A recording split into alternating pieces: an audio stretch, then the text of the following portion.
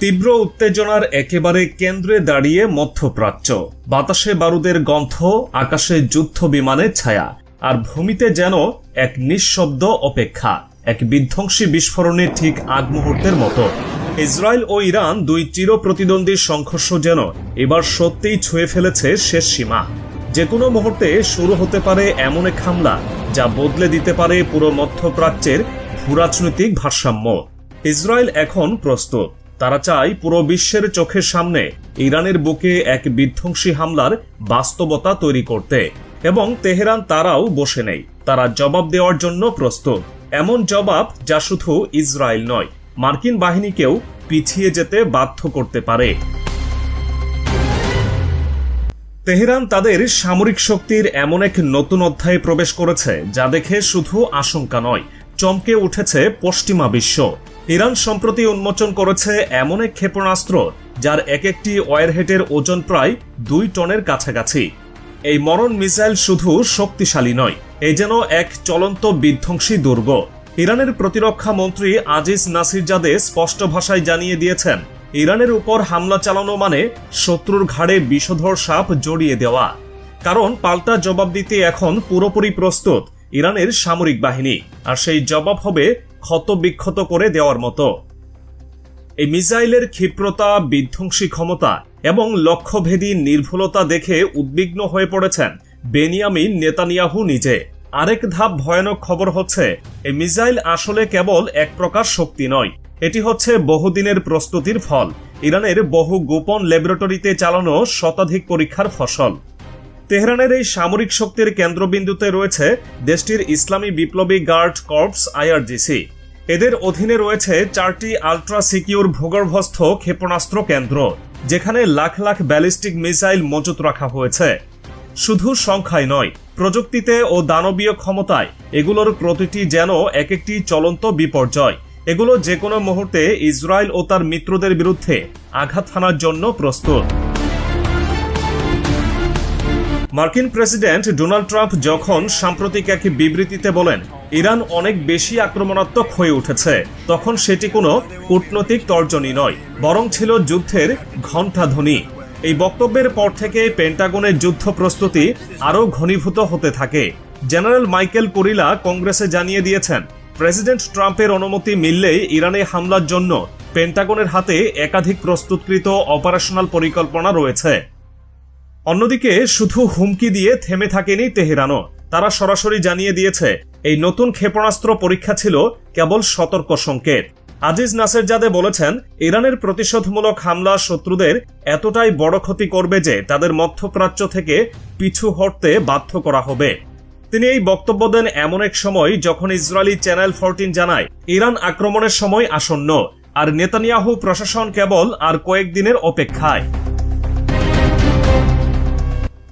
Israeli সাংবাদিক Yakov বারদুগো এক সরাসরি সম্প্রচারে বলেন, আমরা ইরান আক্রমণ থেকে মাত্র কয়েকদিন দূরে। এই কথা শুনে যেন উত্তেজনার পারদ চড়তে শুরু করে, আর সেই উত্তেজনার কেন্দ্রে রয়েছে ইরানের সেজিল ও খেইবার মডেলের ব্যালিস্টিক মিসাইল। সেজিলের পাল্লা 2500 কিলোমিটার আর খেইবারের 2000 কিলোমিটার। এই দুই মডেল দিয়েই ইসরায়েলকে সাজোয়া চাদরে মুড়িয়ে দেওয়াটা ইরানের পক্ষে এখন আর কল্পনার বিষয় নয়।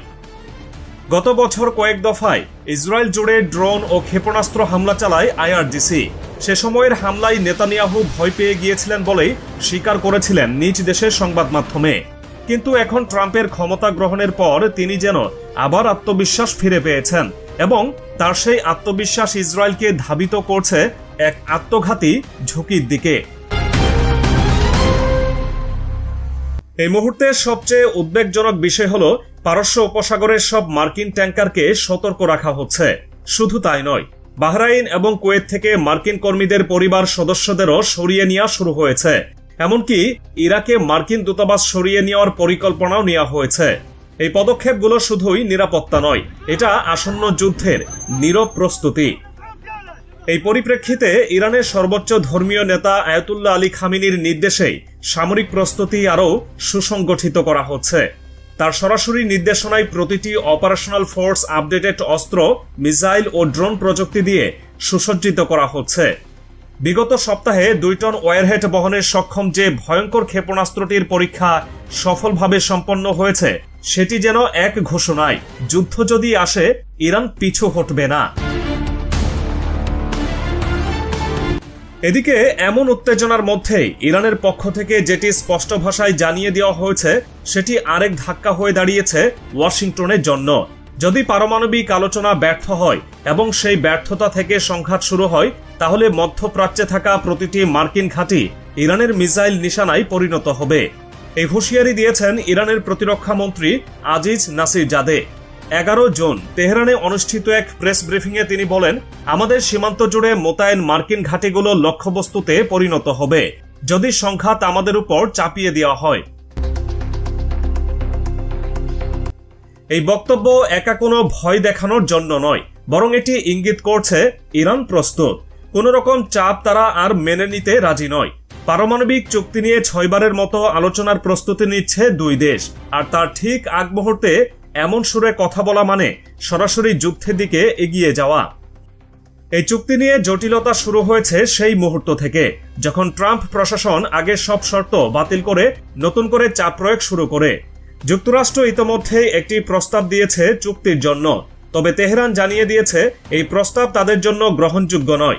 ইরান বলেছে এটি তাদের সার্বভৌমত্ব এবং আঞ্চলিক নিরাপত্তার সঙ্গে সাংঘর্ষিক। ট্রাম্প গত 11 জুন এক সাক্ষাৎকারে বলেছেন, আমার মনে হচ্ছে চুক্তি আর হবে না।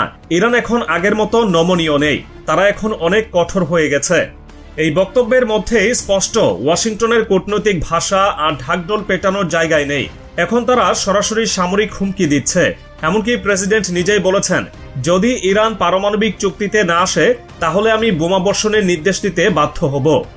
এই হুমকি ইরানের কাছে কোনো নতুন ঘটনা নয়, তবে এই মুহূর্তে তারা যেভাবে নিজেদের মজবুত অবস্থানে নিয়ে গেছে তা এই হুমকিকে কার্যত একপেশে করে ফেলেছে।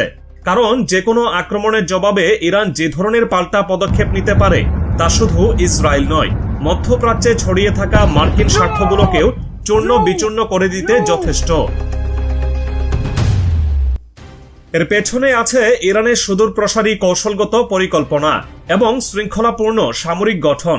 এই মুহূর্তে ইরানের হাতে যে ধরনের ড্রোন, ব্যালিস্টিক মিসাইল এবং অতি গোপন অপারেশন ইউনিট রয়েছে তা অনেক দেশের গোয়েন্দা সংস্থার কাছে এখনো রহস্যের ঘুরে রয়েছে।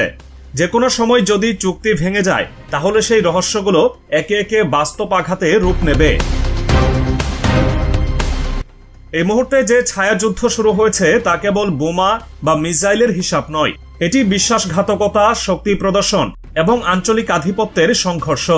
তেহরান বিশ্বাস করে যদি তারা একবার পিছু হটে তাহলে এই অঞ্চলে ইসরায়েল এবং যুক্তরাষ্ট্রের প্রভাব অনির্বাচিতভাবে প্রাধান্য বিস্তার করবে, যা ইরানের জন্য কেবল রাজনৈতিকভাবে নয়, অস্তিত্বগতভাবেও হুমকি হয়ে দাঁড়াবে।